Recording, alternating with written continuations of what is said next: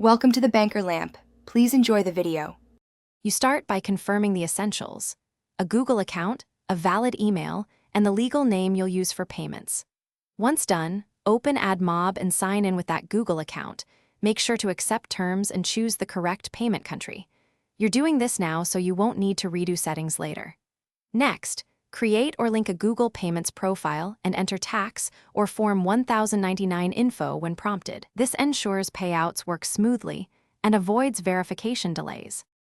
Once your payments profile exists, create your Admob account by providing a display name and contact email.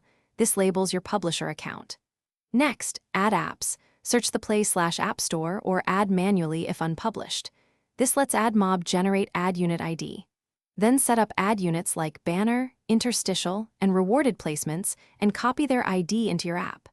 Make sure to integrate the Google Mobile Ads SDK correctly. That connection is how Admob serves ads and tracks revenue, so follow platform-specific integration steps carefully.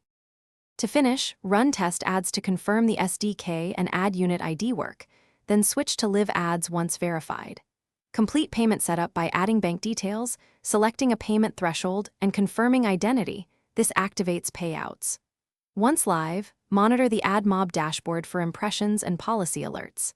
If something goes wrong, first check test mode integration and ad unit ID. If payments fail, ensure your payment profile address and tax information match official records. Thanks for watching. If this was helpful, leave a like and consider subscribing. See you next time.